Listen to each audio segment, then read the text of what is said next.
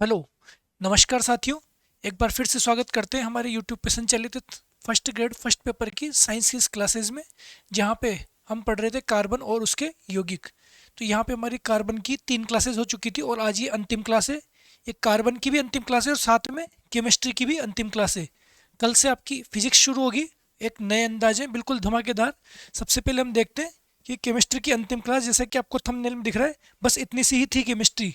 अब आपको लगने लग गया होगा, कॉन्फिडेंस आने लग गया होगा कि जिस तरीके से हम पढ़ते हुए चल रहे हैं, आपको पता लग रहा होगा किस तरीके से क्वेश्चंस पूछे जा रहे हैं और कितना सा सेलेक्टिव मटेरियल आपके लिए पढ़ना जरूरी होता है कि सिर्फ इतने से को आप पढ़ लोगे। सेलेक्टिव अगर आप सही चीज़ें पढ़ोगे तो एग्जाम में भी आप सही करके आओगे। तो आज ज़्यादा टाइम नहीं लेते हुए स्टार्ट करता हूँ, क्योंकि क्लास आज लंबी हो सकती है, क्वेश्चंस बहुत सारे बच रहे हैं। तो सबसे पहले हम कल पढ़ रहे थे एथेन। कल जो हमने पढ़ा था उसके बाद में हमने ये छोड़ दिया था एथेनोइक अम्ल। एथेनोइक अम्ल जो हमने छोड़ दिया था, दूसरा जो यौगिक था, मैंने बताया था भाई केवल दो ही आपके यौगिक हैं जिसमें दूसरा है एथेनोइक अम्ल। अब एथेनोइक अम्ल का फॉर्मूला होता है एथेनोइक, दो कार्बन यानी कि एथेन और ओइक, COOH, तो दो कार्बन युक्त एथेनोइक अम्ल। ये बनेगा आपके पास CH3COOH। फॉर्मूला सबसे पहली चीज़ तो यही है CH3COOH, जो आपको बनाना आप काफ़ी अच्छे से आ चुका होगा। साथ में हम देखेंगे इसका सामान्य नाम। सामान्य नाम इसको ये बोल सकते हैं एसिटिक अम्ल। एसिटिक अम्ल भी इसको बोला जाता है। वो कैसे? इसका सामान्य नाम है ये एसिटिक अम्ल। अब अगर एसिटिक अम्ल के 3 से 4% विलियन में, अगर एसिटिक अम्ल का 3 से 4% का अगर विलियन लिया जाए तो उसको क्या बोलते हैं? सिरका। सिरका कौन सा?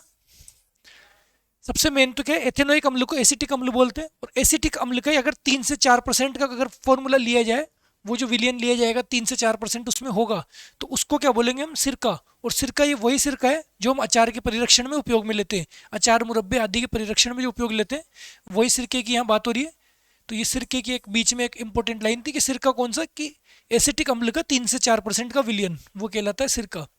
अब हम देखेंगे एथेनोइक अम्ल का गलनांक कितना होता है? 290 के केल्विन। 290 केल्विन। हम जानते हैं कि नॉर्मली 273 होता है 0 डिग्री ताप पर जो 290 केल्विन है, तो इसका मतलब ये क्या होगा कि सर्दियों के मौसम में, जब सर्दियों का मौसम आएगा तो ये नॉर्मली जब कमरे के ताप पर ये जम जाएगा। तो इसलिए क्या है, इसे ग्लेशियल एसिटिक भी कहते हैं। बस सिर्फ इतना सा बताने के लिए कि ग्लेशियल एसिटिक क्यों बोलते हैं, क्योंकि इसका गलनांक 290 है और सर्दियों के मौसम में ये जम जाता है। तो काम की बात क्या है इसमें, कि एथेनोइक अम्ल क्या होता है? CH3COOH। फिर इसका सामान्य नाम है एसिटिक अम्ल। और एसिटिक अम्ल का 3 से 4% का विलयन क्या कहलाता है? सिरका। सिरका कौन सा? जिसको अचार परिरक्षण में उपयोग में लेते हैं। और ये कमरे के ताप पर सर्दियों में जम जाता है, इसलिए इसको बोलते हैं ग्लेशियल एसिटिक। आगे हम देखेंगे इसकी कुछ अभिक्रियाएं। 2-3 अभिक्रियाएं, बस आप ध्यान से इसको देखिए। अभिक्रियाएं आप देखना जरूरी है, आपको समझ में नहीं आए तो भी आप देखिए, क्योंकि अगर यहाँ पे आप देखेंगे तो ही आप वहाँ पे एग्जाम में कई बार कर पाएंगे। बहुत इजी चीज़ पूछ ली जाती है। जैसे कि एथेनोइक अम्ल को एथेनॉल से अम्ल उत्प्रेरक की उपस्थिति में क्रिया करवाई जाए तो आपके पास में क्या बनेगा? एस्टर। अब आपको सिर्फ इतना सा याद रखना है, एथेनोइक अम्ल आप पढ़ ही रहे हैं और एसिटिक अम्ल, एथेनॉल आपने पहले पढ़ लिया। ये दो ही चीज़ आपने पढ़ी है, एथेनॉल, एथेनोइक अम्ल और एथेनॉल। तो ये जो था एथेनोइक अम्ल, इसकी अभिक्रिया आप एथेनॉल से करवाओ। इन दोनों की अगर आप अभिक्रिया करवाएं और साथ में क्या दे दिया आपने? थोड़ा सा कोई अम्ल, तो यहाँ क्या बनेगा? एस्टर। बस आपको याद सिर्फ इतना सा रखना है कि ये एस्टर बनेगा। इस प्रक्रिया को एस्टरीकरण भी बोलते हैं। और ये जो एस्टर बनेगा, ये आपके पास में एग्जाम में पूछे जाने वाला क्वेश्चन है कि एथेनोइक अम्ल को एथेनॉल से अभिक्रिया करवाने पर क्या बनता है। अब ऐसे अगर आपने ये अभिक्रिया नहीं पढ़ी तो आपके लिए बहुत मुश्किल सवाल हो जाता है। आपके लिए क्या, ये साइंस वाले स्टूडेंट्स के लिए भी बहुत मुश्किल सवाल हो जाता है अगर कि इनकी अभिक्रिया अगर आपने ये डायरेक्ट यही नहीं पढ़ी तो। इसलिए आपको डायरेक्ट पढ़ना है कि क्या बन जाएगा? एस्टर। एस्टर क्या होता है कि एस्टर की गंध मृदु होती है और इसका उपयोग क्या किया जाता है? इत्र बनाने में। इत्र बनाने में किया जाता है और स्वाद उत्पन्न करने में, फ्लेवर फ्लेवर उत्पन्न करने में एस्टर का उपयोग किया जाता है। फिर क्षारक के साथ अभिक्रियाएं। अब एथेनोइक अम्ल हम पढ़ रहे हैं, तो एथेनोइक अम्ल की जब हम क्षारक यानी कि सोडियम हाइड्रोक्साइड से क्रिया कराते हैं, सोडियम हाइड्रोक्साइड NaOH, जब एथेनोइक अम्ल की सोडियम हाइड्रोक्साइड से क्रिया कराते हैं तो ये क्या बनता है? Sodium ethanoate. बस याद इतना सा रखना है कि क्या बनेगा? ये सोडियम एथेनोएट या फिर सोडियम एसीटेट, इस तरीके के लवण बनते हैं। नाम आपको ये याद रखना है कि सोडियम एथेनोएट बनता है या सोडियम एसीटेट बनता है। अब आप सोचेंगे कि ये थोड़ा मुश्किल नाम है तो इनको किस तरीके से याद किया जाए। तो जब हम कभी पढ़ते हैं, जैसे हिस्ट्री में भी हम कई जैसे फिजुल कुजुल कुडफिसस, इस तरीके के बढ़िया मतलब अच्छे खासे नाम को जब याद कर लेते हैं तो ये नाम तो याद करना बहुत आसान है कि सोडियम एथेनोएट और सोडियम एसीटेट, कई राजा महाराजाओं के नाम याद करते हैं, कई लिपि, बहुत कुछ चीज़ें हमें याद करनी पड़ती है। तो इस तरीके से हम याद कर सकते हैं डायरेक्ट कि सोडियम एथेनोएट बनता है किससे, एथेनोइक अम्ल की सोडियम हाइड्रोक्साइड से अभिक्रिया करवाने पे। अभिक्रियाएं मुश्किल से 3-4 अभिक्रियाएं हैं, उसके अलावा पूरा चैप्टर बहुत ईजी है, क्वेश्चंस इजी पूछे जाते हैं। ये हार्ड क्वेश्चन मैं आपको बता रहा हूँ कि हार्ड भी आएगा तो इससे बाहर नहीं जाएगा, केवल इस अभिक्रिया से आपसे पूछ लिया जाएगा कि इसकी अभिक्रिया इससे कराई तो एस्टर बना, और इसकी अभिक्रिया कराई तो सोडियम एथेनोएट बना। बाकी क्वेश्चन कितने इजी पूछे जा रहे हैं ये हमने कल भी देखे थे और आज भी देखेंगे। एथेनोइक अम्ल की कार्बोनेट से अगर क्रिया करवाई जाए तो आपके पास में बनेगा सोडियम एसीटेट का लवण, सोडियम एसीटेट का लवण बनेगा, साथ में जल और कार्बन डाइऑक्साइड गैस भी मुक्त होगी। तो आपको मेन क्या याद रखना है कि एथेनोइक अम्ल की कार्बोनेट से भी क्रिया कराने पर सोडियम एसीटेट लवण बनेगा। इसीलिए इसी प्रकार से हाइड्रोजन कार्बोनेट से अगर अभिक्रिया करवाएं तो भी ये समान रूप से कार्बन डाइऑक्साइड गैस निकलती है। मेन इसमें एक चीज़ ये भी ध्यान रखनी है कि इसमें कार्बन डाइऑक्साइड गैस निकलती है, यहाँ भी कार्बन डाइऑक्साइड गैस निकलती है। ये 3-4 अभिक्रियाएं थी, इनको आपको बस याद करनी है सीधे एज इट इज़, ज़्यादा इसमें उलझना नहीं है कि आपको सीधे। सबसे मेन तो ये कि एथेनोइक अम्ल और एथेनॉल ये इंपॉर्टेंट इसलिए क्योंकि हमने एथेनोइक अम्ल भी हमारे सिलेबस में है और एथेनॉल भी हमारे सिलेबस में है। ये दोनों हमारी बुक में एज इट इज़ दिया हुआ है। ये अभिक्रिया पूरी आपकी बुक की है कि एथेनोइक अम्ल प्लस एथेनॉल, इन दोनों की अभिक्रिया करने से आपके पास बनेगा ये एस्टर। ये है आपका एस्टर। आगे ये जो अभिक्रिया इसकी थी कि हाइड्रोजन कार्बोनेट की अभिक्रिया करने पर भी समान रूप से कार्बन डाइऑक्साइड गैस निकलेगी, ये इसकी अभिक्रिया।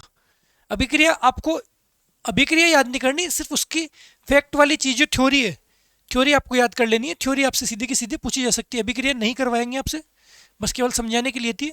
अब मेन आपके पास जो ये इतना सा चीज़ था, ये आपके एथेनोइक अम्ल हो गया। इसके बाद में हम जो मेन चीज़ पढ़ेंगे वो पढ़ेंगे साबुन और अपमार्जक। साबुन और अपमार्जक आप जानते होंगे, साबुन वही नहाने का साबुन या कपड़े धोने का साबुन जो भी आप देखते हैं, और अपमार्जक मतलब सर्फ, सर्फ एक्सेल, टाइड जो आप देखते हैं वो अपमार्जक। तो साबुन और अपमार्जक, जब साबुन से भी कपड़े धोए जा सकते थे तो फिर सर्फ बनाने की क्या जरूरत हुई। ये कुछ तो लॉजिक होगा कि जब साबुन से कपड़े धो सकते थे तो सर्फ क्यों बनाया। सर्फ एक्सेल बढ़िया नए नए ऐड आते हैं, टाइड, झाग हो तो ऐसे हाथ रहे बिल्कुल सॉफ्ट, बहुत से ऐड आते हैं, तो वो क्यों बनाए गए अपमार्जक। तो उसके बारे में हम देखेंगे कि साबुन हमेशा कठोर पानी के साथ में झाग नहीं देता। साबुन एक जगह फेल हो जाता है, कहाँ पे, जब कठोर पानी हो। कई जगह हम देखते हैं कि कई दूसरी जगह जाते हैं तो हम बोलते हैं कि पानी सूट नहीं हुआ, तो वो पानी अपने को ही नहीं, साबुन को भी सूट नहीं होता। जब कठोर पानी होता है तो उसमें कुछ लवण होते हैं, उन लवण के साथ साबुन क्रिया नहीं कर पाता, इस वजह से वो कपड़ों को साफ नहीं कर पाता और झाग नहीं दे पाता। इसीलिए उनकी जगह पे हमें अपमार्जक का प्रयोग करना पड़ा। और इसको हम देखेंगे कैसे कि साबुन में क्या होता है कि एक लंबी अणुश्रृंखला होती है जो कि कार्बोक्सिलिक अम्लों और कार्बोक्सिलिक अम्लों के सोडियम और पोटेशियम लवण के बने हुए होते हैं। ये आपको सबसे मेन याद रखने वाली बात है कि साबुन में क्या होता है, कार्बोक्सिलिक अम्लों के सोडियम सोडियम और पोटेशियम इनके लवण होते हैं।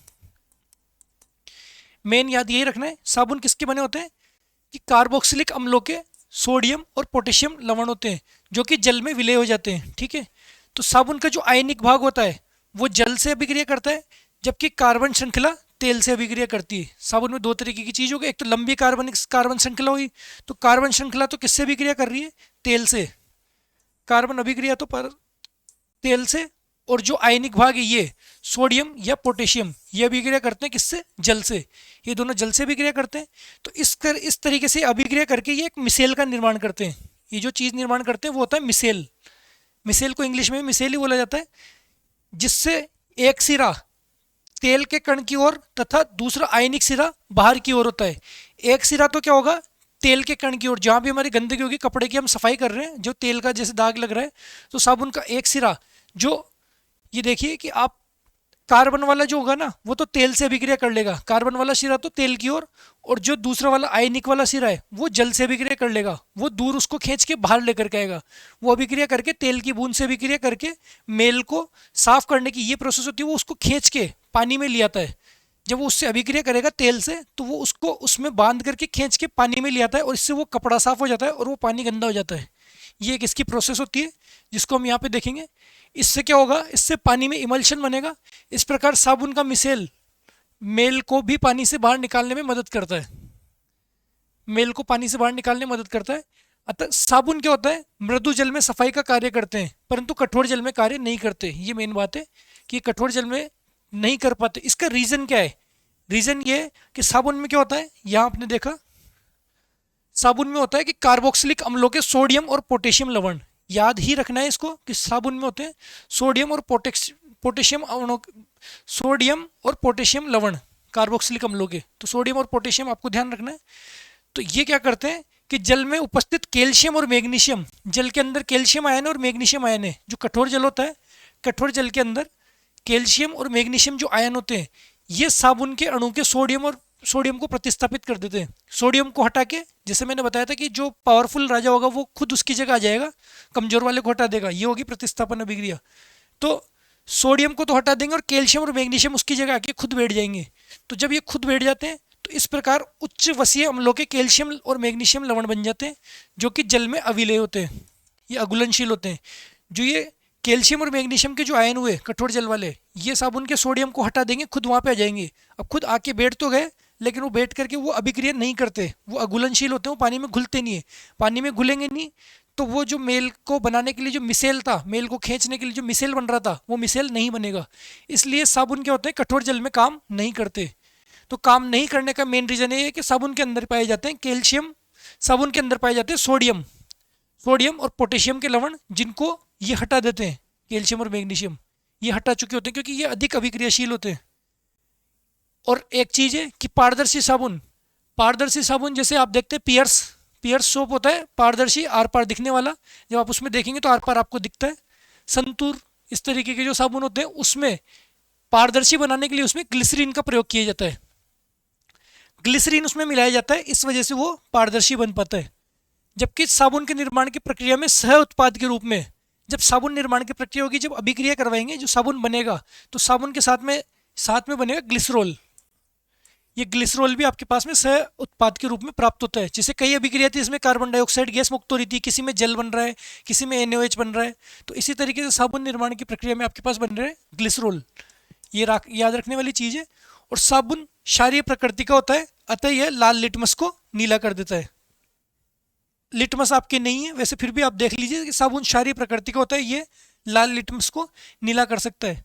अम्ल क्षार का टॉपिक ही नहीं है आपके, अगर फिर भी अगर आपको जैसे लाल और नीला लिटमस में कन्फ्यूजन हो रहा है तो आप इसको एक चीज़ याद रख लीजिए, अनिल, दूसरा है छलनी।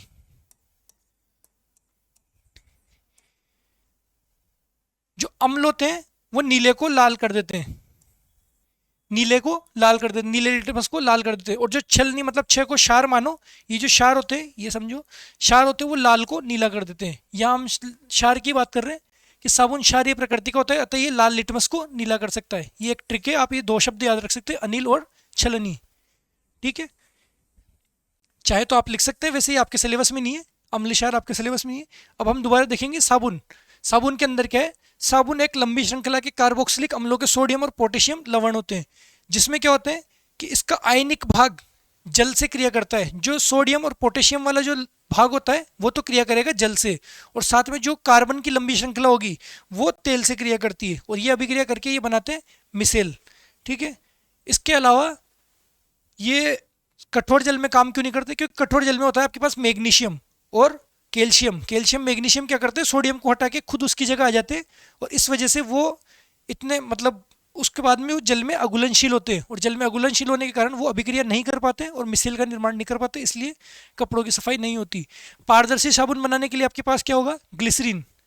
पारदर्शी साबुन आप पियर्स का एड देख सकते हो, उसमें साफ दिखाते हैं इस तरीके से, एक बच्ची उसको लेकर के घूमती है, तो ये ग्लिसरीन उसमें मिलाया जाता है। और साबुन के निर्माण की प्रक्रिया में आपके पास में क्या प्राप्त होता है, ग्लिसरॉल। आगे चलेंगे, अपमार्जक क्या, वही डिटर्जेंट, जैसे टाइड, सर्फ एक्सल, वो डिटर्जेंट क्यों बनाए गए, क्योंकि कठोर जल में साबुन कार्य नहीं कर रहे थे, इसलिए आपके पास में सर्फ बनाए गए डिटर्जेंट। अब इसमें क्या होता है, ये बने होते हैं सोडियम एल्किल सल्फेट तथा सोडियम एल्किल बेंजीन सल्फोनेट, इन दो के बने हुए होते हैं। नाम आपको याद करना है, आप इसको 3-4 बार आप पढ़ोगे तो नाम याद हो जाएगा, और उसके बाद भी अगर आप भूलते हो तो एग्जाम में आपके पास होते हैं 4 ऑप्शन को देख करके आपको अच्छे से याद आ जाएगा कि ये क्या है, सोडियम एल्किल सल्फेट तथा सोडियम एल्किल बेंजीन सल्फोनेट, इसके लवण होते हैं। जो कि कठोर जल में क्या करते हैं, कठोर जल में सोडियम और कैल्शियम या मैग्नीशियम से प्रतिस्थापन करके सल्फोनेट बनाते हैं। ये क्या बना रहे हैं, सल्फोनेट। मेन बात ये है कि वो तो क्या करते थे, प्रतिस्थापन करके और उसकी जगह आकर के बैठ जाते थे और अभिक्रिया नहीं करते थे, शांति से बैठे रहते और जल में घुलनशील नहीं होते थे, वो जो लवण बन रहे थे। और यहाँ पे क्या होंगे, यहाँ पे सल्फोनेट बन रहा है। तो सल्फोनेट क्या होता है, ये जल में घुलनशील होता है। यहाँ पे भी अभिक्रिया तो हो रही है, वही कैल्शियम और मैग्नीशियम यहाँ भी आ रहा है, यहाँ भी प्रतिस्थापित कर रहा है, लेकिन यहाँ इसके साथ जो प्रतिस्थापित करने के बाद में जो बन रहा है वो बन रहा है सल्फोनेट। ये सल्फोनेट जल में घुलनशील होता है और ये घुलनशील होने के कारण ये कठोर जल में प्रभावी होते हैं, कठोर जल में भी ये कार्य कर सकते हैं। इसलिए जब कभी खारा पानी हो, इस तरीके का पानी हो जहाँ पे साबुन झाग नहीं दे रहा, तो वहाँ पे आप डिटर्जेंट का उपयोग कर सकते हैं, वहाँ पे डिटर्जेंट झाग देते हैं आराम से। इनका उपयोग मेनली होता है शैम्पू में, डिटर्जेंट में, सर्फ एक्सल, टाइड, आप समझ रहे हैं, उन सब में इनका अपमार्जक का उपयोग होता है।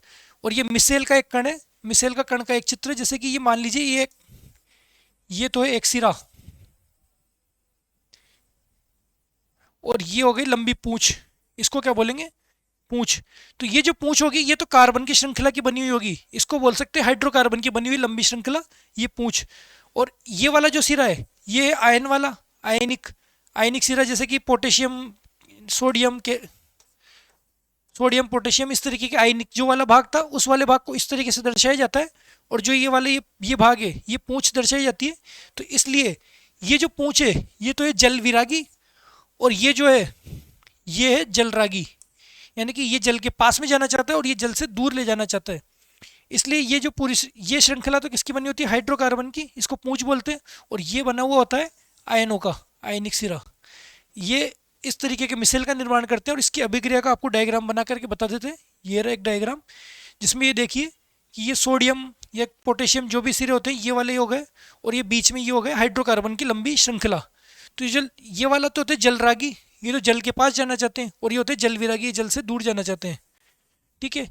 अब इसमें क्या होता है कि मेल, जब कोई कपड़े पे कोई मेल होता है या कोई गंदगी होती है तो ये इस तरीके की एक संरचना बना करके उस मेल को चारों तरफ से घेर लेते हैं। ये क्या करते हैं, उसको चारों तरफ से घेर के उसके बीच में फंसा लेते हैं, उसको बीच में फंसा के, और जैसे कि ये उसको खींच के और पानी में ले आते हैं कपड़े से। जब कपड़े पे कोई तेल का दाग होता है तो ये उसको बीच में फंसा के यहाँ पे फंसा के उसको खींच के पानी में ले आते हैं। ये देखो आप, एक विशेष व्यवस्था जिसमें जल विरागी पूंछ गुच्छे के आंतरिक हिस्से में, जबकि आयनिक सिरा गुच्छे की सतह पर हो, वो मिसेल कहलाता है।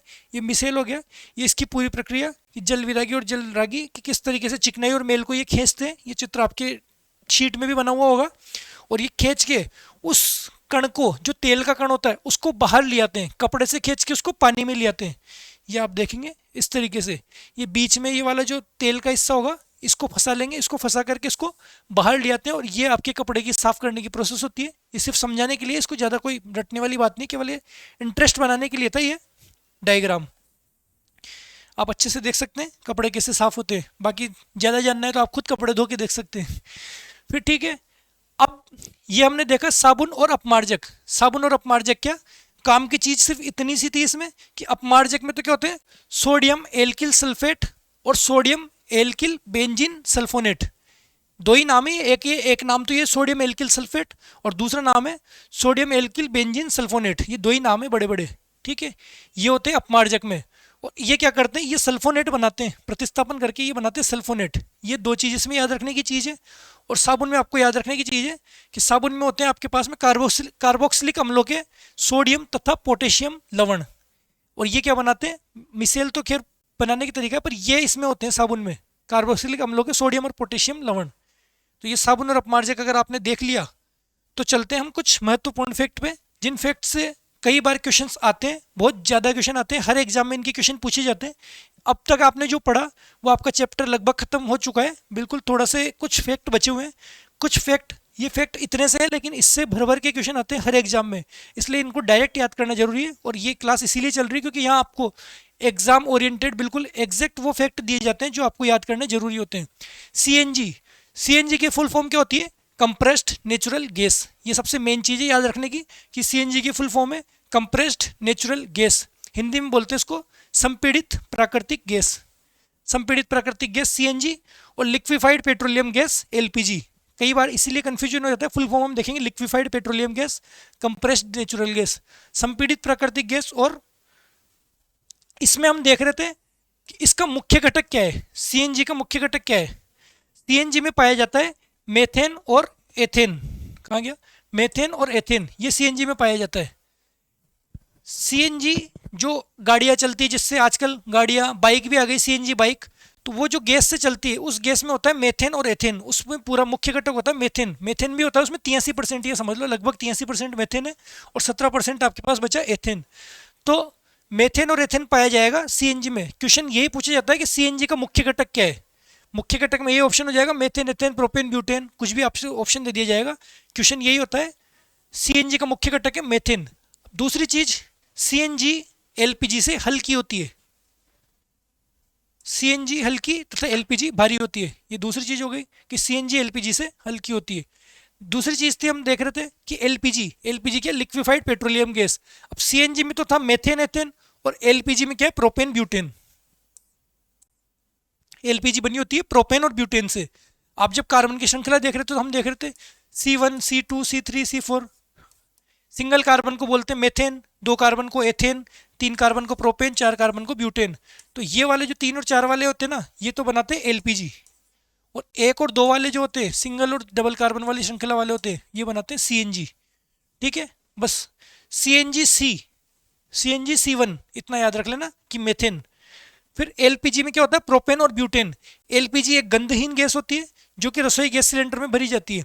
रसोई गैस सिलेंडर जो आप खाना पकाने के लिए जो गैस सिलेंडर आता है, उसके अंदर एलपीजी भरी हुई होती है। वो वैसे तो गंधहीन है, एलपीजी ऐसे तो गंधहीन है, लेकिन उसमें अब जब सिलेंडर लीक होता है, मान लो आप गैस खुला छोड़ दो या गैस बुझ जाए, आग बुझ जाए और उसमें गैस लीक हो रही हो, तो आपको स्मेल आ जाती है। वो स्मेल आ जाती है, इससे पता लगता है कि कहीं गैस लीक हो रही है। तो ये क्यों आ जाती है, जब ये तो गंधहीन नहीं है, बता रहे हैं कि एलपीजी तो गंधहीन होती है। तो वो क्या है कि उसके अंदर जानबूझ करके एक स्मेल मिलाई जाती है। मिलाई इसलिए जाती है ताकि अगर कभी गैस लीक हो तो हमें पता लग जाए कि गैस सिलेंडर में से गैस लीक हो रही है। जानबूझ करके वो गैस मिलाई जाती है और उस गैस को बोलते हैं मरकेप्टन। मरकेप्टन, ये मरकेप्टन मिलाए जाने की वजह से वो बदबू आती है। जब गैस सिलेंडर लीक होता है तो वो गैस की भी बदबू आती है, वो मरकेप्टन की वजह से आती है। बाकी ऐसे रियली में एलपीजी में कोई स्मेल नहीं होती। इसलिए एलपीजी एक गंधहीन गैस है और रसोई गैस सिलेंडर लीक होने पर गैस की गंध आ जाए, इस वजह से इसमें मरकेप्टन मिलाया जाता है। बस ये ध्यान है, कौन सी गैस इसमें मिलाई जाती है, मरकेप्टन। मतलब क्या मिलाया जाता है इसमें, मरकेप्टन मिलाया जाता है एलपीजी में, ताकि हमें स्मेल आ जाए। और सीएनजी में क्या होता है, मेथेन। एलपीजी में क्या होता है, propane, butane. Methane, ethane CNG में। सीएनजी हल्की और एलपीजी भारी। आगे हम देखेंगे वेल्डिंग। जब लोहे की वेल्डिंग होती है, लोहे के गेट बना रहे होते हैं या लोहे के कुछ भी चीज बना रहे होते हैं, दो चीजों को जोड़ने के लिए वेल्डिंग की जाती है। वही जो चमक, जिस चमक को देखने के लिए हमें मना किया जाता है कि आंखों से नहीं देखना है इसको, आंखें कमजोर हो जाती है, वो वेल्डिंग, उस वेल्डिंग में जो गैस प्रयुक्त होती है वो होती है ऑक्सी एसिटिलीन ज्वाला। जिसमें मतलब क्या होता है, ऑक्सीजन प्लस एसिटिलीन, इन दोनों गैसों का संयुक्त रूप होता है कि ऑक्सीजन प्लस एसिटिलीन। ये गैस मिश्रित रूप से होती है जहां वेल्डिंग प्रयुक्त होती है। वेल्डिंग के लिए ये गैस प्रयुक्त होती है ऑक्सीजन प्लस एसिटिलीन। डायरेक्ट आपको याद रखना है, ज़्यादा कंफ्यूज नहीं होना, सीधे कि वेल्डिंग के लिए क्या प्रयुक्त है, ऑक्सीजन प्लस एसिटिलीन। फिर आगे चीज़ है कि कृत्रिम फलों को पकाने के लिए, जो फल होते हैं, फलों को कृत्रिम रूप से पकाने के लिए क्या होता है, एथिलीन। आजकल क्या करते हैं कि फलों का परिवहन, कच्चे जब फल होते हैं जैसे कि मान लो केले हैं, अगर वो पक जाएं उसके बाद में उनको एक जगह से दूसरी जगह भेजा जाए, जैसे जयपुर से जोधपुर या कहीं और दूसरी जगह भेजा जाए, तो वो रास्ते में सड़ जाएंगे, खराब हो जाएंगे। इसलिए क्या करता है, उनको कच्चे को ही काट के भेज दिया जाता है। कच्चे के कच्चे वो रातों रात एक जगह से दूसरी जगह पहुंच जाएंगे, तो उसमें वो खराब नहीं होते। और फिर उनको पकाने के लिए, कट तो चुके ही सही वो, अब उनको पकाना है तो उसमें क्या करेंगे, एथिलीन का उपयोग करेंगे। ये एक एग्जाम्पल है, इस तरीके से फलों को पकाने के लिए एथिलीन का उपयोग किया जाता है। ठीक है, फिर मेथेन का अन्य नाम क्या है, मेथेन का अन्य नाम हमने पहले भी देखे थे, मार्श गैस, गोबर गैस, बायोगैस, ये इसके अन्य नाम है। यानी कि जब चावल के खेत होते हैं, धान के खेत, धान के खेतों में जो जमीन के आसपास में एक गैस उपस्थित होती है वो होती है मेथेन। या फिर दलदली भूमि होती है, दलदली भूमि, जो दलदल होता है उस दलदल के पास में भी जो गैस होती है वो होती है आपके पास में मेथेन। इस तरीके से पशु अगर जुगाली कर रहे हैं, यानी कि जैसे आप चिंगम चबाए जाते हैं, वैसे पशु भी होते हैं, वो जुगाली करे जाते हैं, बार बार किसी चीज़ को चबाए जाते हैं, वो होता है आपके पास में। उसमें कौन सी गैस उत्पन्न होती है, मेथेन गैस। कुछ भी चीज़ पूछे कि चावल के खेतों में कौन सी गैस होती है, मेथेन। दलदली भूमि में मेथेन, पशुओं की जुगाली में मेथेन। मार्स गैस किसका नाम है? मेथेन का। गोबर गैस किसका नाम है? मेथेन का। सीधे ये क्वेश्चन, ये बायोगैस, ये भी एक इंपॉर्टेंट नाम है बायोगैस। बायोगैस भी आपके किसका नाम है? मेथेन का। ये फैक्ट सीधे के सीधे पूछे जाने वाले क्वेश्चन से आपको एक एक फैक्ट एज इट इज याद होना है, ये मान लो आपको उसको रटना है, line to line word to word आपको रटना है कि कृत्रिम फलों को पकाने के लिए एथिलीन ऑक्सीजन प्लस एसिटिलीन का उपयोग वेल्डिंग के लिए प्रयुक्त होते हैं। आगे देखेंगे कि CFC यानी कि क्लोरोफ्लोरोकार्बन, आप देखते हैं जब पर्यावरण प्रदूषण और इस तरीके की चीजें पढ़ते हैं तब हम देखते हैं कि क्लोरोफ्लोरोकार्बन, इसका दूसरा नाम होता है फ्रियोन, फ्रियोन गैस। तो ओजोन परत जो पराबैंगनी किरणों से हमारी रक्षा करती है, ओजोन परत, उसके ह्रास के लिए प्रमुख रूप से जिम्मेदार कौन सी है? क्लोरोफ्लोरोकार्बन। तो क्लोरोफ्लोरोकार्बन को सबसे ज़्यादा उपयोग, मतलब सबसे ज़्यादा रीजन दिया जाता है कि इस वजह से हमारी ओजोन परत का क्षय हो रहा है। दूसरा, इसका उपयोग किस में होता है? फ्रिज में इसका उपयोग होता है, AC में इसका उपयोग होता है, कोल्ड स्टोरेज में इसका उपयोग होता है। जो भी ठंडी चीज़ें होती है, ठंडक करने वाली चीज़ें होती है, फ्रिज, AC वगैरह, उन सब में किसका हो रहा है? क्लोरोफ्लोरोकार्बन का।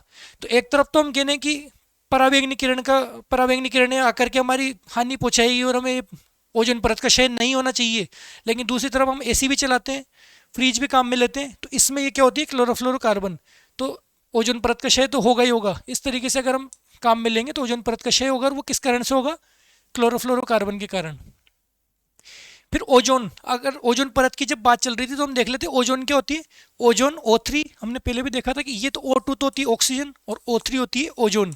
और ओजोन कैसी होती है? ओजोन की थोड़ी प्रकृति देख लेते हैं। एक नीले रंग की गैस होती है जिसमें गंध आती है, सड़ी मछली जैसी, सड़ी मछली जैसी इसमें गंध होती है, ये सड़ी मछली जैसी इसमें गंध होती है, और ये नीले रंग की गैस होती है। और ओजोन परत की मोटाई, ये क्वेश्चन पूछ लिया जाता है कि ओजोन परत की मोटाई को किसमें नापा जाता है? ये होता है डोप्सन में। डोप्सन में ओजोन परत की मोटाई को नापा जाता है। ये हो गया ओजोन के बारे में, जो कि हम पढ़ रहे थे क्लोरोफ्लोरोकार्बन के अंदर ओजोन परत। फिर आजकल की जो पक्की सड़क बनाई जाती है, उन पक्की सड़कों के निर्माण में कोल तार के स्थान पर पेट्रोलियम उत्पाद बिटुमेन का प्रयोग किया जाता है। बिटुमेन का आप देखते थे पहले डामर की सड़कें बनती थी, डामर, डामर के बाद में फिर कोल तार और बिटुमेन का उपयोग किया जाता है। तो ये पूछा जाता है कि आजकल की जो पक्की सड़कों में पेट्रोलियम के किस उत्पाद का उपयोग किया जाता है? जब पेट्रोलियम निकाला जाता है तो उसके साथ में ये उत्पाद भी प्राप्त होता है, बिटुमेन। पेट्रोलियम को जब अलग अलग किए जाते हैं उसके अंदर बहुत सारे तत्व होते हैं, कोल गैस भी होती है, बहुत सारी चीज़ें होती है, तो उसमें बिटुमेन भी निकलता है, उसका उपयोग किया जाता है आजकल की जो पक्की सड़क के निर्माण में। फिर कोयले के प्रकार, कोयला, हमने जब पूरा कार्बन पढ़ लिया, कोयले के बारे में तो पढ़ा ही नहीं कि कोयले कितने होते हैं। आपने सुना होगा एंथ्रासाइट, लिग्नाइट, पीट, बिटुमिनस, जब इतने नाम सुन रखे हैं तो उनको एक सेकंड के लिए देख सकते हैं कि कोयला 4 प्रकार का होता है, एंथ्रासाइट, बिटुमिनस, लिग्नाइट और पीट। ये 4 तरीके का कोयला होता है। पूछ लिया जाता है कि सर्वश्रेष्ठ कौन सा है? सर्वश्रेष्ठ है आपके पास एंथ्रासाइट, एंथ्रासाइट सर्वश्रेष्ठ, फिर बिटुमिनस, फिर लिग्नाइट, फिर पीट। तो मतलब ऐसा सर्वश्रेष्ठ ऐसे कि इसमें जैसे कार्बन की मात्रा सबसे ज़्यादा, जैसे इसमें 80 से 90% कार्बन है, बिटुमिनस में 50, 60, 70% है, लिग्नाइट में 30, 40 है, पीट में और बिल्कुल घटिया घटिया किस्म का कोयला। तो वैसे एंथ्रासाइट तो हमारे यहाँ कम ही मिलता है, बिटुमिनस ज़्यादा मिलता है इंडिया में। तो ये इसलिए कि कार्बन की मात्रा हर बुक में अलग अलग दी हुई होती है। मेन आपको बस केवल इतना पता रखना है कि सर्वश्रेष्ठ होता है एंथ्रासाइट और सबसे गिरा हुआ होता है घटिया पीट। और इनको अगर क्रम याद करना है तो क्रम आपको सीधे से अल्फाबेट से आप याद रख सकते हैं। एंथ्रासाइट मतलब ए से शुरू हो रहा है, बिटुमिनस मतलब बी से शुरू हो रहा है, लिग्नाइट मतलब एल से शुरू हो रहा है, और पीट मतलब पी से शुरू हो रहा है। तो डिक्शनरी के हिसाब से भी हम इनको अल्फाबेट से जमाएं तो ए बी एल पी, तो भी ये क्रम से जम रहे हैं, ये एल बी एल पी, ये ट्रिक है, तो भी क्रम से जम रहे हैं। और आप इनको वैसे भी याद रख सकते हैं कि एंथ्रासाइट सर्वश्रेष्ठ और पीट सबसे हल्का। तो ये क्वेश्चन इसलिए पूछा जा सकता है जब पूरा कार्बन पढ़ लिया तो कोयले को क्यों छोड़ना। फिर डीडीटी का छिड़काव किया जाता है खेतों में फसलों को बचाने के लिए। उसमें क्या होता है? डाइक्लोरो, डाइफेनिल, ट्राइक्लोरो, ये इसमें होता है ट्राइक्लोरो बेंजीन। ये डीडीटी जो छिड़काव किया जाता है, सिर्फ आपको इसकी फुल फॉर्म याद रखनी है। और ये किससे बनती है? ये बनती है क्लोरोबेंजीन व क्लोरल से। ये आपको मेन चीज याद रखनी है कि क्लोरोबेंजीन व क्लोरल, क्लोरोबेंजीन, क्लोरोबेंजीन और क्लोरल से क्या प्राप्त होती है? डीडीटी। फिर हम देखेंगे कार्बन डाइऑक्साइड। जब कार्बन मोनोऑक्साइड को पढ़ लिया तो कार्बन डाइऑक्साइड क्यों छोड़ना। कार्बन डाइऑक्साइड होता है कि वायु की अधिकता में जब दहन किया जाए, जब वायु की कमी में अगर सीमित मात्रा में उसको दहन किया जाए तब तो कार्बन मोनोऑक्साइड बन रही थी। अब कार्बन की वायु की अधिक मात्रा में, ऑक्सीजन की अधिक मात्रा में जब इसका दहन करेंगे तो कार्बन डाइऑक्साइड प्राप्त होगी। ये रंगहीन है, ठीक है, गंधहीन है और अविषैली है। हमें पता है जब पेड़ पौधे कार्बन डाइऑक्साइड लेते हैं तो ये विषैली तो नहीं हो सकती, अविषैली गैस है। उपयोग क्या होता है? शुष्क बर्फ में, शुष्क बर्फ बनाने में, जैसे CO2 एक होती है शुष्क बर्फ ठंडी, जैसे पाउडर फॉर्म में बिल्कुल बर्फ ठंडी होती है, उसको बनाया जाता है। मृदु पेय और मृदु पेय के निर्माण में और अग्निशामक यंत्र में, ठीक है, अग्निशामक यंत्र में इसका उपयोग किया जाता है। ये जैसे ड्राई बर्फ होती है, ड्राई बर्फ, उसका उपयोग जैसे कि आप देखते हैं कई जगह पे प्रशीतकों में भी इसका उपयोग किया जाता है। फिर आगे देखेंगे सबसे इंपॉर्टेंट चीज़, नॉन स्टिक बर्तन। आजकल जो चलते हैं नॉन स्टिक बर्तन, तो जो नॉन स्टिक बर्तन पे जो परत चढ़ी हुई होती है नॉन स्टिक की, वो किस कारण से होती है? वो होती है, उस पर चढ़ी हुई होती है टेफ्लॉन की परत, टेफ्लॉन की बनी हुई होती है एक बर्तन। तो वो नॉर्मली होता है जैसा कि नॉर्मल और दूसरे बर्तन होते हैं, पर उसके ऊपर एक टेफ्लॉन की परत चढ़ा दी जाती है, जिसलिए उसमें बनने वाले खाने जो भी उसमें बनाया जा रहा है उसमें तेल की बिल्कुल कम आवश्यकता होती है। उसमें नॉन स्टिक यानी कि चिपकते भी नहीं है, उस पर खाना भी नहीं चिपकता, और उस पर जो भी चीज़ हम बना रहे हैं उसमें तेल की आवश्यकता बहुत कम होती है, बिल्कुल न के बराबर। तो ये जो नॉन स्टिक बर्तनों की परत बनी हुई होती है वो टेफ्लॉन की बनी हुई होती है, और टेफ्लॉन की फुल फॉर्म होती है पॉलीटेट्राफ्लोरोएथिलीन। आपको सिर्फ टेफ्लॉन भी याद रह जाए तो भी काफ़ी है। उसके बाद में हम देखेंगे प्रथम मानव निर्मित रेशा कौन सा है। प्रथम मानव निर्मित अर्धसंश्लेषित रेशा, अर्धसंश्लेषित तो है रेयोन, ठीक है, और टेरिलीन। एक और रेशा होता है डेक्रोन, जो कि प्राप्त होता है एथिलीन ग्लाइकोल और टेरेफ्थेलिक अम्ल के संघनन से प्राप्त होता है। डेक्रोन भी एक रेशा होता है जो किससे प्राप्त होता है? एथिलीन ग्लाइकोल और टेरेफ्थेलिक अम्ल के। ये इसलिए क्योंकि ये फैक्ट आपसे सीधे के सीधे पूछे जाते हैं, इसलिए आप देख रहे हैं कभी तो कार्बन डाइऑक्साइड चल रहा है, कभी कार्बन चल रहा है, कभी कोयला चल रहा है, और कभी क्या चल रहा है? ये रेशे। तो ये आपके पास में वो फैक्चुअल क्वेश्चन है जो जैसे बोलते हैं कि जैसे संजीव पासबुक में लास्ट में लिखा हुआ था अन्य महत्वपूर्ण प्रश्न, तो आप ये समझ लीजिए अन्य महत्वपूर्ण प्रश्न है और सबसे ज़्यादा क्वेश्चन भी आते हैं। तो हो सकता है कि इससे कोई आसान क्वेश्चन आपसे पूछ लिया जाए और आपको नहीं है, इसलिए ये चीज़ मैंने इसमें ऐड की है जानबूझ करके कि इसमें बहुत आसान क्वेश्चन बनते हैं। आपको एज इट इज़ ये फैक्ट याद रखने, और ये आसान क्वेश्चन आप बहुत आसानी से कर लेंगे, हार्ड क्वेश्चन तो आपने पढ़ ही लिए। फिर नाइलॉन 66, नाइलॉन 66 क्या था कि पहला पूर्ण संश्लेषित रेशा था, और ये किस किस से बना है कि एडिपिक अम्ल और हेक्सामेथिलीन डाइएमीन, एडिपिक अम्ल के 6 अणु और हेक्सामेथिलीन डाइएमीन के 6 अणु से इनसे मिलकर के बना होता है। बस आपको इतना ध्यान रखना है कि नाइलॉन 66 ये सीधे से पूछ लिया जाता है पहला पूर्ण संश्लेषित रेशा कौन सा है? नाइलॉन 66। फिर रबड़, प्राकृतिक रबड़ किसका बहुलक होता है? आइसोप्रीन का। डायरेक्ट पूछा जाता है कि प्राकृतिक रबड़ किसका बहुलक है? आइसोप्रीन का बहुलक होता है। जिसको कैसे प्राप्त किया जाता है? सल्फर के साथ इसको गर्म किया जाता है अगर रबड़ को, तो वो प्रक्रिया कहलाती है आपके वल्किनीकरण। ये प्रक्रिया आपकी कहलाती है वल्किनीकरण। अगर रबड़ को सल्फर के साथ गर्म किया जाता है तो ये प्रक्रिया वल्किनीकरण कहलाती है, ठीक है। बस थोड़ी सी क्लास और बची, आप थोड़ा सा धैर्य बनाए रखें, आपको ये अभी के अभी याद करा दूंगा मैं। फिर प्लास्टिक, प्लास्टिक दो तरीके के प्लास्टिक होते हैं, थर्मोप्लास्टिक और थर्मोसेटिंग प्लास्टिक, यानी कि ताप सुनम्य और ताप दृढ़। यानी कि ऐसा प्लास्टिक जिसको गर्म करे जाए तो वो तो हो जाए बिल्कुल सेट, वो उसके बाद में उसकी संरचना चेंज नहीं हो सके। और ऐसा प्लास्टिक जिसको गर्म करने पर वो पिघल के उसकी कैसी भी हम चाहे जैसी संरचना बनाई जा सके, वो होती है ताप सुनम्य यानी कि थर्मोप्लास्टिक। तो ये आप सीधे से डेफिनेशन यही है, जिन्हें गर्म करके पिघला करके कोई भी आकार दे दिया जाए, जैसे कि पीवीसी के पाइप होते हैं, आप देखेंगे घरों में पाइप लगे होते हैं, तो पीवीसी पॉली वाइनिल क्लोराइड, ये इसकी फुल फॉर्म होती है पॉली वाइनिल क्लोराइड, और इसके नाम बोलते हैं इसको पीवीसी पाइप। जो प्लास्टिक के पाइप आजकल घरों में लगाए जाते हैं, कई बार तार जो जा रहे होते हैं तारों को ढकने के लिए भी पीवीसी का बोर्ड बनाया जाता है, ये पीवीसी पॉलीवाइनिल क्लोराइड का बना होता है। दूसरा हम पॉलीथीन थैलियाँ अच्छे से जानते हैं, ये किसकी होती है? थर्मोप्लास्टिक की। इनको गर्म करके चाय जैसा आकार दिया जा सकता है वापस से। और जो थर्मोसेटिंग प्लास्टिक है, इनको एक बार गर्म करके तो बना दिया, लेकिन दोबारा गर्म किया जाए तो ये बिल्कुल पिघलते नहीं है, बल्कि उल्टे कठोर हो जाते हैं। जैसे बेकेलाइट क्या होता है? बेकेलाइट होता है जैसे कि पुराने जमाने के जो स्विच होते थे जो ऊपर और नीचे करते थे, वो वाले स्विच आजकल के स्विच भी बनाए जाते हैं बेकेलाइट के, ताकि क्या है जैसे अगर बिजली चमक जाए या करंट आए तो वो बिल्कुल दृढ़ हो जाए, वो पिघले नहीं, इस वजह से वो बेकेलाइट के बने होते थे। तो ये हो गए थर्मोसेटिंग प्लास्टिक का उदाहरण है बेकेलाइट। और बेकेलाइट के उदाहरण, बेकेलाइट से क्या क्या बने होते हैं? प्लग बना होता है, स्विच बने होते हैं, टीवी का आवरण, ये जो आप बोर्ड देख रहे हैं इसका जो आवरण बना हुआ है ये भी आपका बना हुआ है बेकेलाइट से। और फिर कुकर का हत्ता। कुकर जो आपने देखा होगा, कुकर का जो भी हत्ता और आगे दोनों तरफ जो ब्लैक कलर का हिस्सा होता है वो आपका बना होता है ब्लैक बेकेलाइट का, क्योंकि ये होती है थर्मोसेटिंग प्लास्टिक। अब इसको क्या है, कुकर का हत्ता तो आपने देखा ही होगा, ब्लैक कलर वाला जो पार्ट है जो कुकर को आप जिससे पकड़ के उठाते हैं हत्ते को, वो बना होता है बेकेलाइट से। इसको कैसे बनाया जाता है, फिनोल प्लस फॉर्मेल्डिहाइड से निर्मित होते हैं ये। इतना डीप आपको जाना हो तो ठीक, नहीं भी जाओ तो कोई बात नहीं, कि फिनोल प्लस फॉर्मेल्डिहाइड से ही मिक्स मिक्स करके बनाया जाता है बेकेलाइट। बाकी इनका उपयोग आपको पता होना चाहिए। फिर एक टेफ्लॉन। टेफ्लॉन आपने पढ़ी लिया कि टेफ्लॉन क्या होता है, नॉन स्टिक बर्तनों में काम आता है, जो भी क्या होता है थर्मोसेटिंग प्लास्टिक। फिर आगे देखेंगे टेट्रा एथिल लेड। ये एक तत्व होता है टेट्रा एथिल लेड, जिसको क्या करते हैं पेट्रोल में मिलाया जाता है। पेट्रोल में क्यों मिलाया जाता है, क्योंकि ये क्या है एक अपस्फोटक रोधी, अपस्फोटक रोधी या एंटी नॉकिंग पदार्थ है। एंटी नॉकिंग पदार्थ कैसे, जैसे इंजन या कोई भी मशीन होती है वो खड़खड़ की आवाज़ करने लग जाती है थोड़े टाइम बाद में, तो वो उस आवाज़ को कम करता है, वो चीज़ होती है टेट्राएथिल लेड, उन आवाज़ को कम करने वाला एंटी नॉकिंग। नॉकिंग मतलब नॉकिंग की आवाज़, और एंटी मतलब नहीं करने वाला, तो आवाज़ नहीं करने देता ये एंटी नॉकिंग पदार्थ है टेट्राएथिल लेड, जिसको हम मिलाते हैं किसमें, पेट्रोल में, ताकि ये उसके अपस्फोटन को कम कर सके।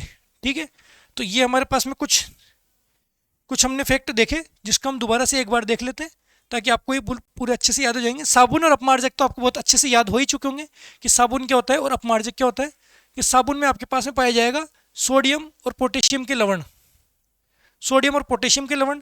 अपमार्जक में आपके पास क्या होंगे, सोडियम एल्किल सल्फोनेट तथा सोडियम एल्किल बेंजीन सल्फोनेट, और ये मिलकर के क्या बनाते हैं, सल्फोनेट बनाते हैं बाद में। फिर आपने देखा मिसेल। मिसेल एक तरीका होता है जिससे तेल को साफ किया जाता है और कपड़े साफ होते हैं। उसके बाद में हमने काम की चीज़ें देखी, CNG compressed natural gas, LPG liquefied petroleum gas. CNG में होता है आपके पास मेथेन प्लस एथेन, जिसमें मेथेन 83% यानी सर्वाधिक मेथेन होता है सीएनजी में। बहुत इंपॉर्टेंट क्वेश्चन है ये, कम से कम 4-5 बार पूछा जा चुका है ये, 4-5 बार के सैकड़ों बार ये हर किसी एग्जाम में आ जाता है। सीएनजी में क्या होता है, मेथेन, और एलपीजी में होता है प्रोपेन ब्यूटेन। एलपीजी गंधहीन होती है, सिलेंडर में बदबू आए, आपको पता लगे, स्मेल आए कि भाई गैस लीक हो रही है, इसलिए उसमें मिलाया जाता है मरकेप्टन। मरकेप्टन अलग से मिलाया जाता है। ठीक है, फिर आपके पास वेल्डिंग में होती है ऑक्सीजन प्लस एसिटिलीन। फिर आपके पास में कृत्रिम फलों को पकाने के लिए क्या चाहिए, एथिलीन। फिर आपको मेथेन को क्या बोलते हैं, मार्श गैस, गोबर गैस और बायोगैस, खेतों में, धान के खेतों में और कीचड़ दलदली भूमि में और पशुओं की जुगाली में जो भी गैस मुक्त होती है उसको क्या बोलते हैं, वो मेथेन ही गैस मुक्त होती है। इन सबका आंसर क्या आएगा, मेथेन।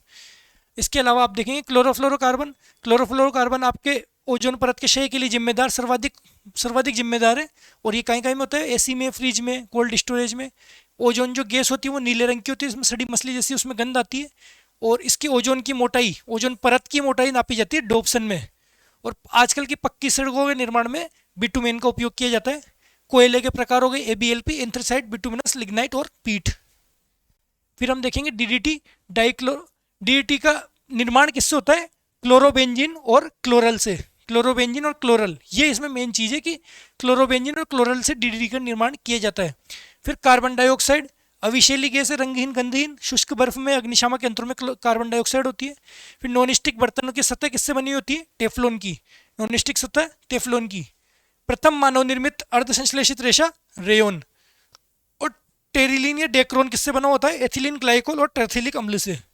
नायलॉन 66 पहला पूर्ण रूप से संश्लेषित रेशा है, जिसमें क्या है, एडीपिक अम्ल और हेक्सामेथिलीन डाइएमीन। आप इसको पूरा विस्तृत भी नहीं पढ़े, सिर्फ इतने फैक्ट आप पढ़ लिए, आपके पास में इससे बाहर क्वेश्चन नहीं जाएगा, ज़्यादा डीप इसको पढ़ने की जरूरत नहीं है। ये केवल काम काम के फैक्ट है जो क्वेश्चन कई बार पूछ लिए जाते हैं। रबड़ का, प्राकृतिक रबड़ आइसोप्रीन का बहुलक होता है, और रबड़ को सल्फर के साथ गर्म करना वो प्रक्रिया कहलाती है वल्किनीकरण। फिर आपके पास थर्मोसेटिंग प्लास्टिक, जो कि हो गए पीवीसी वगैरह, और थर्मोप्लास्टिक ये, और ये है थर्मोसेटिंग प्लास्टिक ताप दृढ़, वो ताप सुनम्य था। ताप दृढ़ में क्या है, बेकेलाइट जो फिनोल प्लस एल्डिहाइड से बना होता है, जिसमें स्विच वगैरह बने होते हैं, स्विच, प्लग, टीवी का आवरण। और टेफ्लॉन जो नॉन स्टिक बर्तन का आपने देख लिया। फिर टेट्राएथिल लेड, जो क्या है, एंटी नॉकिंग पदार्थ है, जिसको पेट्रोल में मिलाया जाता है, टेट्राएथिल लेड को, TeL। ये आपकी हमारी अब तक की केमिस्ट्री की कंप्लीट क्लासेस पूरी होती है। अब इस पे आधारित कुछ क्वेश्चंस हैं जिनको हम देख लेते हैं। जल्दी से क्वेश्चन देखेंगे क्योंकि क्वेश्चंस ज़्यादा है, 27 से 28 क्वेश्चन है और क्लास लंबी हो जाएगी। तो सिरका एक विलियन है किसका, हमने देखा था सिरका। सिरका आपको भी बताता हूँ कि 5 से 6% का जो विलियन हमने देखा, ये सबसे पहली चीज ही आज यही पढ़ी थी, ये एथेनोइक अम्ल। एथेनोइक अम्ल में हमने देखा था कि जो एसिटिक अम्ल होता है इसका 3 से 4% का विलयन क्या कहलाता है, सिरका। और यही क्वेश्चन पूछा है, 3 से 4% इसमें दिया है ऑप्शन के हिसाब से, उसमें 5 से 8 दिया हुआ है ऑप्शन में। पर क्वेश्चन आपको ये याद रखना है कि एसिटिक अम्ल है, कि एसिटिक अम्ल का एल्कोहल में, जल में, बेंजीन में, या हाइड्रोक्लोरिक अम्ल का है। तो हाइड्रोक्लोरिक तो नहीं है, 50 से 60% भी नहीं है। अब आपके पास बचा एसिटिक अम्ल का जल में और एसिटिक अम्ल का बेंजीन में। बस केवल इसमें से देखना है आपको कि सिरका इसका किसका विलयन है। तो ये आपका जल में विलयन होता है। इसको दोबारा देखें,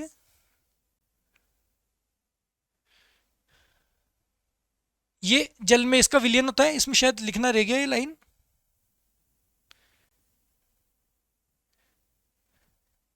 एसिटिक अम्ल का जल में विलयन होता है 5 से 8% वाला, ये एक सिरका होता है। और ये फर्स्ट ग्रेड 2020 में पूछा गया है। साथ में साबुन के रूप में, साबुन के साथ सह उत्पाद में क्या प्राप्त होता है। साबुन में हमने देखा था कि उसको पारदर्शी बनाना है तो उसमें लगाते हैं, उसमें मिलाते हैं ग्लिसरीन। और साबुन के साथ सह उत्पाद में आपके पास प्राप्त होता है ग्लिसरोल।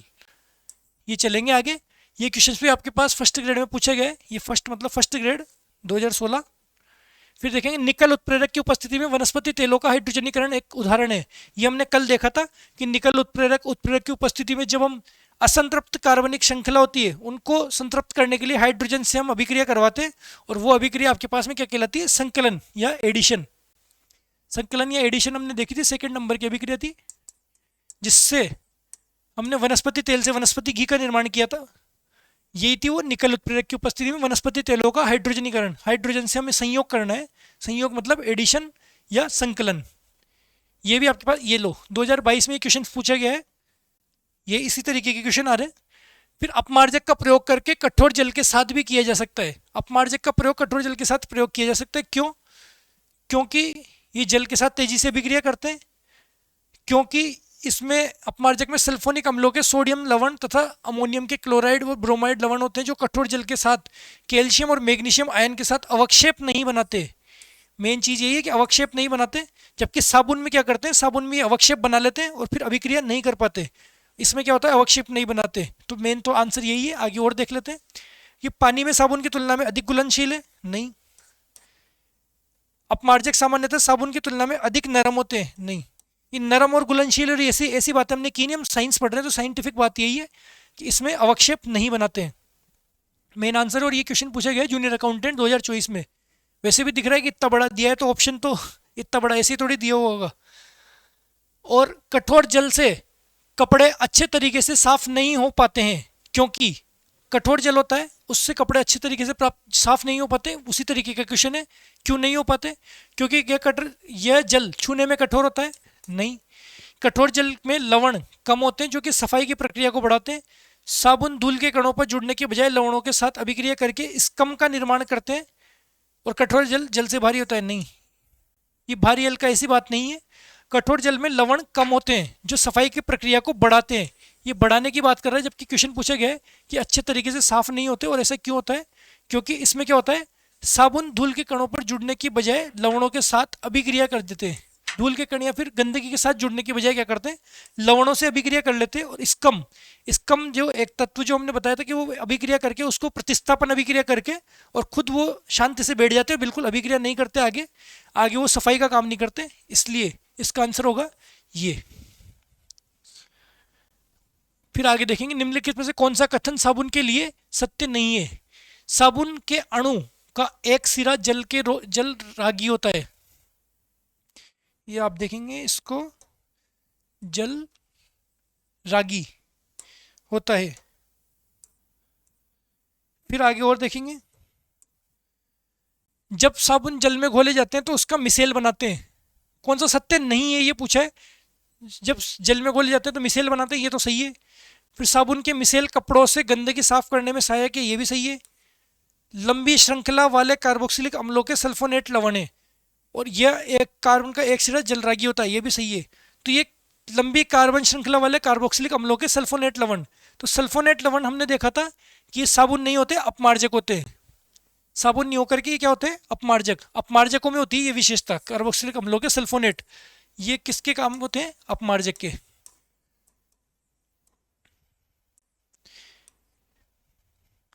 ये आपका अपमार्जक, ठीक है। उम्मीद है ये क्या है, ये चीज़ें आपने आज ही पढ़ी है, इसलिए हो सकता है आपको थोड़ा कम समझ में आ रहा होगा, लेकिन आप इसको एक बार और रिवीजन करेंगे तो आप इन क्वेश्चंस के आंसर खुद दे पाएंगे। ये क्या है, आज ही आपने अभी थोड़ी देर पहले पढ़ा था तो आपको याद नहीं हो पाया होगा, लेकिन फिर भी ये चीज़ें इतनी सिंपल है कि आप इनको बहुत आसानी से याद कर सकते हैं। फिर अपमार्जक किससे बने होते हैं, अब यहाँ देखिए अपमार्जक किससे बने होते हैं, फैटी एसिड के सोडियम लवण, सल्फोनिक एसिड के सोडियम लवण, बेंजोइक एसिड के सोडियम लवण, ये उपयुक्त सभी। अब आप देखिए थोड़ा थोड़ा आपको अचेतन मन में मैंने कहा था कि देख करके भी याद आ जाएगा कि इसका आंसर क्या हो सकता है। आप खुद देखिए, फैटी एसिड आपने नाम नहीं सुना, बेंजोइक एसिड आपने नाम नहीं सुना, दोनों का नाम नहीं सुना, आपने सिर्फ सल्फोनिक एसिड सुना था। सल्फोनिक एसिड इतना सा भी आपके दिमाग में क्लिक कर रहा है तो आप सीधे सीधे इस पर टिक कर सकते हैं। फिर अगला देखेंगे कि जल की कठोरता किसकी उपस्थिति के कारण आ जाती है। जल कठोर जल क्यों हो जाता है, कठोर जल में क्या आता है, कैल्शियम और मैग्नीशियम लवण। ये हम देखेंगे, सारे कैल्शियम मैग्नीशियम है, इसको ढंग से देखना पड़ेगा। कैल्शियम तथा सोडियम क्लोराइड नहीं, कैल्शियम तथा मैग्नीशियम क्लोराइड, कैल्शियम तथा सोडियम के कार्बोनेट नहीं। अब आपके पास दो बचा, कैल्शियम तथा मैग्नीशियम के क्लोराइड तथा कार्बोनेट। ये तो है carbonate, calcium magnesium chloride carbonate तथा सल्फेट। आप याद करने की कोशिश कीजिए कि ये जल में कठोरता किस वजह से आती है, कार्बोनेट की वजह से ये कि सल्फेट की वजह से। हमने आज ही पढ़ा है ये, पीछे पन्ना पलट के नहीं देखना है। यहाँ अगर आपको याद आ रहा है तो हमने सल्फेट लवण देखे होंगे कि सल्फेट लवण होते हैं, तो ये साबुन में होता है, सल्फेट लवण होते हैं इसलिए साबुन इसमें काम नहीं करते, जबकि अपमार्जक क्या होते हैं, वो उस सल्फेट लवण के साथ क्रिया करके सल्फोनेट बना लेते हैं, इसलिए अपमार्जक काम करते हैं। ये आपको सल्फेट इसलिए याद आ रहा होगा। फिर असंतृप्त हाइड्रोकार्बन एक उत्प्रेरक की उपस्थिति में हाइड्रोजन को जोड़ करके संतृप्त हाइड्रोकार्बन बनाते हैं। ये उत्प्रेरक क्या हो सकता है। अब ये देखिए, जैसा कि अभी आपके पास में ये क्वेश्चन आया था, थोड़ा सा घुमा करके आया था ये वाला, कि निकल उत्प्रेरक की उपस्थिति में वनस्पति तेलों का हाइड्रोजनीकरण एक उदाहरण है। तो जब इस तरीके का क्वेश्चन आ गया, ये मैंने आपको एक ही अभिक्रिया बताई थी, संकलन अभिक्रिया में एक ही एग्जांपल बताया था, उसी एग्जांपल से अलग अलग तरीके से क्वेश्चन आ रहे हैं कि ये निकल उत्प्रेरक की उपस्थिति में था, इसमें यहाँ पे उत्प्रेरक का नाम पूछ लिया, यहाँ पे आपसे पूछा गया है सिर्फ उत्प्रेरक का नाम, कि असंतृप्त, असंतृप्त वही डबल बॉन्ड वाले थे और वही जो हाइड्रोजन से क्रिया कर रहे थे और हाइड्रोजन से क्रिया करके आपके पास बना रहे थे सिंगल बॉन्ड वाले।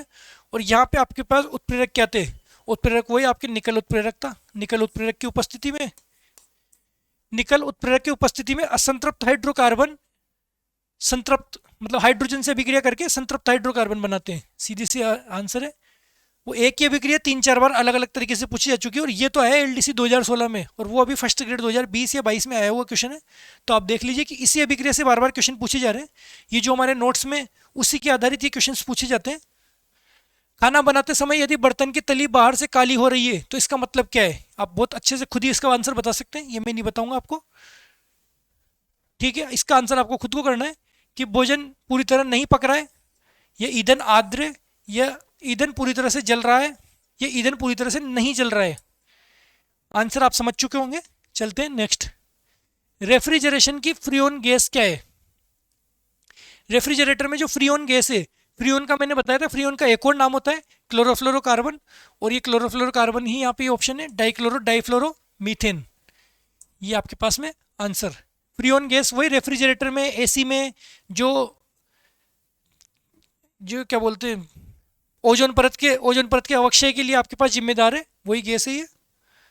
फिर आपको देखना है एलपीजी के घटक, एलपीजी के घटक कौन कौन से, ये मेथेन, एथेन, प्रोपेन, ब्यूटेन, ये चार ही ऑप्शन आते हैं। कभी पूछ लेता है एलपीजी का, कभी पूछ लेता है सीएनजी का। सीएनजी सी से शुरू होता है और सी मतलब C1, मैंने बताया था सी मतलब सीएनजी और C1 मतलब मेथेन। तो मेथेन एथेन तो है सीएनजी में 83% मेथेन, और प्रोपेन ब्यूटेन है एलपीजी में, ये प्रोपेन ब्यूटेन, प्रोपेन और ब्यूटेन। और ये जब इस तरीके के क्वेश्चन आए तो आपको इधर टिक नहीं करने, आपको इधर करने, ताकि आप सही ऑप्शन पे टिक कर सके। प्रोपेन ब्यूटेन थर्ड और फोर्थ, ये थर्ड और फोर्थ ऑप्शन बी, ठीक है। इसके अलावा आगे देखेंगे कि रेफ्रिजरेटर में किसका उपयोग किया जाता है, ये वापस से आ गया फ्रीऑन का, ये आरपीएस सीएलडीसी में है। फिर डाइक्लोरो डाइफ्लोरो मीथेन, ये रहा डाइक्लोरो CCl2F2, इस तरीके से लिखा हुआ है। डाइक्लोरो डाइफ्लोरो मीथेन, ये क्या है, ओजोन को नष्ट करने की प्रक्रिया से मुक्त होती है। जब ये ओजोन को नष्ट करती है तो आपके पास क्या मुक्त होती है, ये क्वेश्चन वैसे आपके नोट्स में नहीं है, पर आपको ये याद रख लेना है। कुछ चीज़ें क्या क्वेश्चन में भी आपको याद रख लेनी पड़ेगी। यहाँ आप देखिए कि या तो क्लोरीन मुक्त होगी या फ्लोरीन मुक्त होगी, दो ही चीज मुक्त हो सकती है। तो दो ऑप्शन तो वैसे नाइट्रस ऑक्साइड तो नहीं और ब्रोमीन नहीं, क्लोरीन या फ्लोरीन में से एक आंसर होगा। तो आपको बस सीधे से इसको याद रखना है, इसमें आपके पास क्लोरीन मुक्त होती है, ये याद रखना है। इंपॉर्टेंट इंपॉर्टेंट मान लो, ये फैक्ट मान लो। आपको एक नोट्स की तरह इसको याद रखना है कि डाइक्लोरो डाइफ्लोरोमीथेन फ्रियोन गैस जब ओजोन परत से अभिक्रिया करती है, ओजोन को नष्ट करती है, तो आपके पास क्लोरीन गैस मुक्त होती है। फिर संपीड़ित प्राकृतिक गैस सीएनजी का मुख्य घटक क्या है? सीएनजी सी वन, सी वन मतलब मेथेन। मेथेन आपके पास में इसका मुख्य घटक होता है, जो कि 83% होती है इसमें, लगभग 83%। ये मीथेन और tetraethyl lead, ethyl mercaptan, propane, propane butane तो होती है आपके पास एलपीजी में। और ये क्वेश्चन देख लीजिए आप कितनी बार पूछा जा चुका है। आरपीएससी एलडीसी में 2012 में, 14 में, 16 में, 3 साल लगातार। फिर फर्स्ट ग्रेड 2020 में, आरएस 2021 में। फर्स्ट ग्रेड तक में भी ये क्वेश्चन आया, जबकि इतनी बार एलडीसी में पूछा जा चुका था। फिर भी इसलिए क्वेश्चंस रिपीट होते हैं बहुत आसानी से, और आसान आसान क्वेश्चन भी पूछे जाते हैं। ये देख लीजिए कि संपीड़ित प्राकृतिक गैस का मुख्य घटक क्या है? मीथेन। कितनी ये क्वेश्चन आया है फर्स्ट ग्रेड में। सुरक्षा की दृष्टि से खाना पकाने वाली एलपीजी गैस के सिलेंडर में क्या भरकर गैस को गंधयुक्त बनाया जाता है? जब गैस सिलेंडर में क्या मिलाया जाता है कि उससे आपके पास स्मेल है, आपको पता लगे कि गैस लीक हो रही है, वो होती है मरकेप्टन। ये बहुत अच्छे से आपको याद हो गया होगा मरकेप्टन। ग्लिसरॉल होता है जो साबुन के साथ सह उत्पाद में प्राप्त होता है। और एल्कोहल आपको पता ही है, कल हमने पढ़ा था एल्कोहल। फिर प्राकृतिक रबड़ किसका बहुलक होता है? प्राकृतिक रबड़ आइसोप्रीन का बहुलक होता है। ये भी डायरेक्ट फैक्ट में था आपके पास कि आइसोप्रीन का बहुलक होता है प्राकृतिक रबड़। और ये एसीएफ एग्जाम 2021 इंडस्ट्री इंस्पेक्टर दोनों में पूछा चुका है कि प्राकृतिक रबड़ आइसोप्रीन का बहुलक होता है। फिर टेट्रा एथिल लेड पेट्रोल में मिलाया जाता है, ताकि, क्यों मिलाया जाता है? इसे जमने से बचाने के लिए, इसे स्फुलिंग बिंदु बढ़ाने के लिए, इसे एंटी नोकिंग रेटिंग या अपस्फोटन रोधी दर बढ़ाने के लिए, या इसका क्वथनांक बढ़ाने के लिए। नाम से पता लग गया होगा कि नाम बोलने में आपकी जबान लड़खड़ा रही है कि अपस्फोटक रोधी और एंटी नोकिंग बढ़ाने के लिए। यह है टेट्रा एथिल लेड। फिर एक कृत्रिम रेशम बनाने के लिए निम्न में से किसका उपयोग किया जाता है? कृत्रिम रेशम बनाने के लिए, ये भी आपके शायद नोट्स में नहीं है, तो इसको भी आप याद कर सकते हैं डायरेक्ट। कुछ क्वेश्चन है और ये क्वेश्चन आपके सिलेबस से बाहर जाकर के मैंने ऐड किए जानबूझ करके, ताकि कोई भी चीज़ आपके पास छूटे नहीं। कोई चीज़ अगर आपके पास रह गई है तो वो मैंने क्वेश्चंस में ऐड कर दी। क्वेश्चन भी आपके लिए एक्स्ट्रा नोट्स ही, आप ऐसा मत सोचें कि आपको क्यों नहीं आ रहा। ये इसलिए नहीं आ रहा क्योंकि आपने ये चीज़ नहीं पढ़ी। आपको ये देखना है कि कृत्रिम रेशम बनाने के लिए किस कृत्रिम रेशे का उपयोग किया जाता है। तो इसका आपके पास में सीधे सीधे आंसर हो जाएगा रेयोन। ये याद कर लेना है।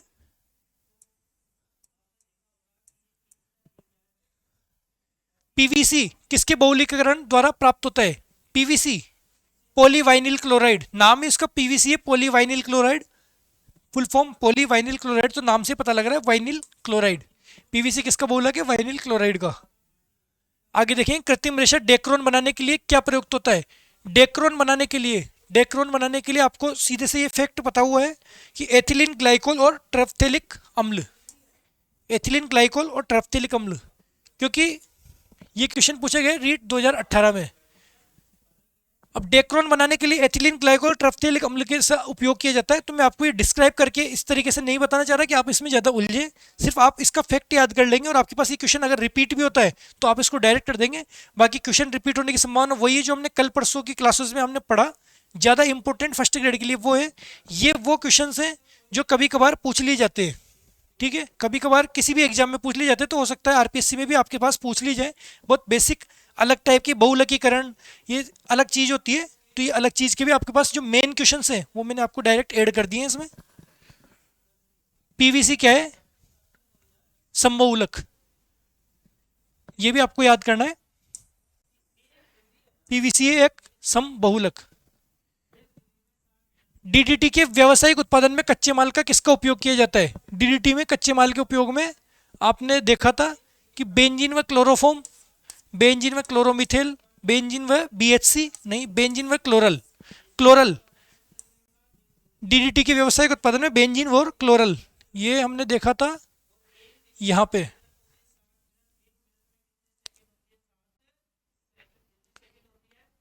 क्या डीडीटी का व्यावसायिक?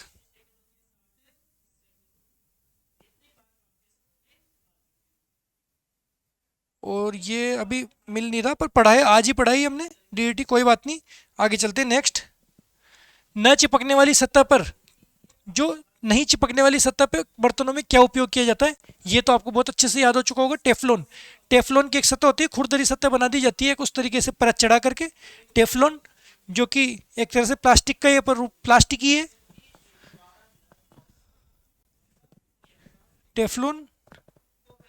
फिर हम देखेंगे कौन सी गैस चिप्स के पैकेट में, चिप्स के बैग में भरी जाती है, कौन सी गैस चिप्स के पैकेट में भरी जाती है, वो होती है आपके पास में नाइट्रोजन गैस। नाइट्रोजन गैस इसलिए भरी जाती है क्योंकि ये ज़्यादा अभिक्रियाशील नहीं होती, और इसको भर के हम क्या करते हैं, उसमें से ऑक्सीजन बाहर निकाल देते हैं। अगर उसमें ऑक्सीजन रहती तो उसका ऑक्सीकरण हो जाता है और चिप्स वो खराब हो जाते हैं एक दो दिन में, पर नाइट्रोजन भर के हम उसको एक दो महीने तक उसको संरक्षित रख सकते हैं, ठीक रख सकते हैं उसको। प्रोपेन का रासायनिक सूत्र क्या होता है, प्रोपेन, प्रोपेन होता है 3 कार्बन वाली श्रृंखला कि 3 कार्बन प्रोपेन। और वैसे भी आप प्रोप और एन, एन किस में होगा कि CnH2n+2, दुगने से दो ज़्यादा, यानी कि कार्बन 3 है तो हाइड्रोजन की संख्या दुगने से दो ज़्यादा, 3 दूनी 6 और 2 8। इसको आप बहुत अच्छे से बनाना सीख चुके होंगे कि प्रोपेन क्या है, C3H8। आगे हम देखेंगे कि बायोगैस एवं संपीड़ित प्राकृतिक गैस का प्रमुख घटक क्या है, वही वापस से वही चीज आ गई, बायोगैस का भी प्रमुख घटक और सीएनजी का भी प्रमुख घटक, और वो आपके पास में क्या है, methane. CNG C1 methane, biogas भी आपको पता है CH4 मीथेन। और यहाँ ये आपके पास पूछा गया स्कूल लेक्चर 2020 में, तो आप देख रहे हैं कि किस तरीके के क्वेश्चंस, इजी से इजी क्वेश्चंस भी आपके पास में एग्जाम में पूछे जाते हैं और बार बार रिपीट भी होते हैं। तो जब इजी से इजी क्वेश्चन भी आपके पास पूछे जा रहे हैं, कुछ हार्ड क्वेश्चन भी पूछे जा रहे हैं, तो आपको दोनों तरीके के क्वेश्चंस की प्रैक्टिस करनी है। और आपको ये जो आपको सिलेबस के अकॉर्डिंग पूरा जो मटेरियल दिया गया है, इस मटेरियल को अगर आप 2 बार 3 बार भी आप रीडिंग लगा देंगे, सिर्फ रीडिंग लगाने से आपका एक भी क्वेश्चन इससे बाहर नहीं जाएगा, सारे क्वेश्चन इसी में से पूछे जाएंगे। तो ठीक है, इस तरीके से आपको केमिस्ट्री की क्लासेस आपकी आज होती है पूरी, जिसके हमने सारे क्वेश्चंस अगर कर लिए हैं। अगर आपको ये समझ में आ रही है क्लासेस, तो अपने साथियों के साथ शेयर कीजिए, लाइक कीजिए, आप कमेंट करते रहिए, हमें पता लगता रहेगा कि आपको ये क्लासेस कितनी पसंद आ रही है। और इसी की तरीके से अब कल से हमारी शुरू होगी फिजिक्स। फिजिक्स जो कई लोगों को बहुत टफ लगती है, लेकिन मैं आपको बता रहा हूँ कि अगर आप केमिस्ट्री में ये ऑर्गेनिक केमिस्ट्री को इतनी आसानी से पढ़ गए ना, तो फिजिक्स तो आपके लिए ये चुटकियों में इतनी इंटरेस्टिंग क्लास बना दूंगा मैं कि आपको ऐसा लगेगा कि आप सच में आप कोई टीवी सीरियल देख रहे हैं, कोई एपिसोड या कोई मूवी देख रहे हैं। तो आपको फिजिक्स इतना इंटरेस्टिंग और भी नए अंदाज में बिल्कुल नए तरीके से पढ़ने के लिए हमारे साथ जुड़े रहिए, और मिलते हैं हम आगे नेक्स्ट क्लास में फिजिक्स के साथ में। जय हिंद।